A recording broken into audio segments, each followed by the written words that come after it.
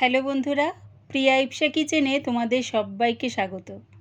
আজকে তোমাদের সাথে শেয়ার করছি সরপুঁটি মাছের ঝাল।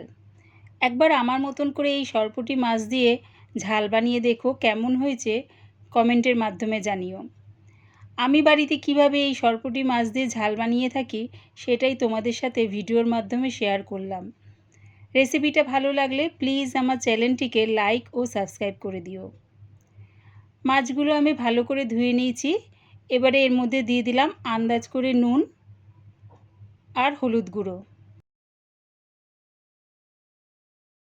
নুন আর হলুদটা দিয়ে মাছের সাথে ভালো করে মাখিয়ে নেব।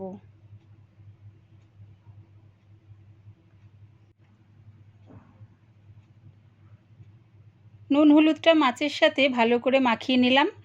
এবারে একটা মশলা বানিয়ে নেব। বাটির মধ্যে একটু জল নিয়েছি, তার মধ্যে দিয়ে দিলাম 1 চামচ সাদা গোটা জিরে, 1 চামচ কালো সর্ষে, 1 চামচ গোটা ধনে। এটা জলের সাথে ভালো করে মিশিয়ে 10 মিনিটের জন্য রেখে দেব। তাহলে কি হবে, মিক্সির মধ্যে দিয়ে এটা খুব সুন্দরভাবে পেস্ট হয়ে যাবে। তাই 10 মিনিট এটা ভিজিয়ে রেখে দিয়েছিলাম। এবারে এটা মিক্সির জারে দিয়ে দিলাম। দিচ্ছি 1 মুঠ ধনেপাতা, ডাঁটি সমেতই ধনেপাতাটা দিয়ে দিলাম 1 মুঠ। দিলাম 8-9টা রসুনের কোয়া, ছোট 2 টুকরো দিলাম আদার কুচি, আর দিলাম 4টে কাঁচা লঙ্কা। এটার একটা স্মুথ পেস্ট বানিয়ে নেব। দেখো পেস্টটা আমার রেডি হয়ে গেছে।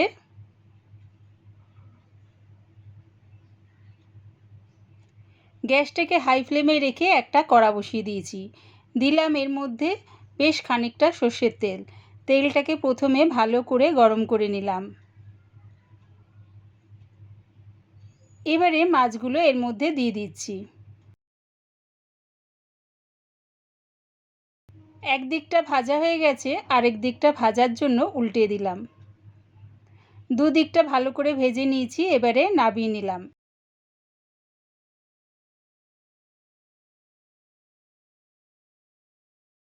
ওই একইভাবে আরেকটা মাছ তেলের মধ্যে দিয়ে উল্টে পাল্টে লাল লাল করে ভেজে নামিয়ে নেব।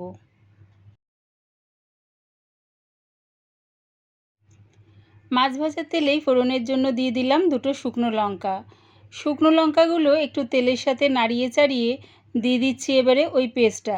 যেই পেস্টটা আগের থেকে বানিয়ে রেখেছিলাম সেটা দিয়ে দিলাম।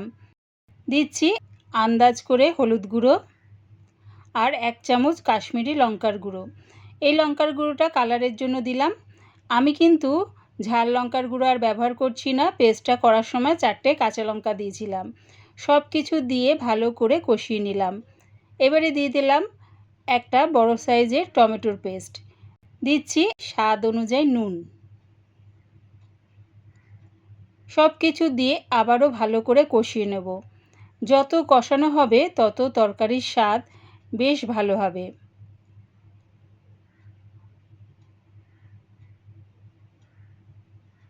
দেখো প্রায় 5-7 মিনিট ধরে কষিয়ে নিয়েছি। তেলটাও বেশ ছেড়ে দিয়েছে মশলা থেকে। এবারে দিয়ে দিলাম এখানে খানিকটা জল। যে যেরকম গ্রেভি রাখবে সেই অনুযায়ী জলটা ব্যবহার করো। জলটা দিয়ে মশলার সাথে ভালো করে মিশিয়ে নিলাম। ঝোলটা ফুটে গেছে দেখো। এবারে মাছগুলো দিয়ে দিচ্ছি। মাছগুলো দিয়ে ঝোলের সাথে আরেকটু ফুটিয়ে নামিয়ে নেব।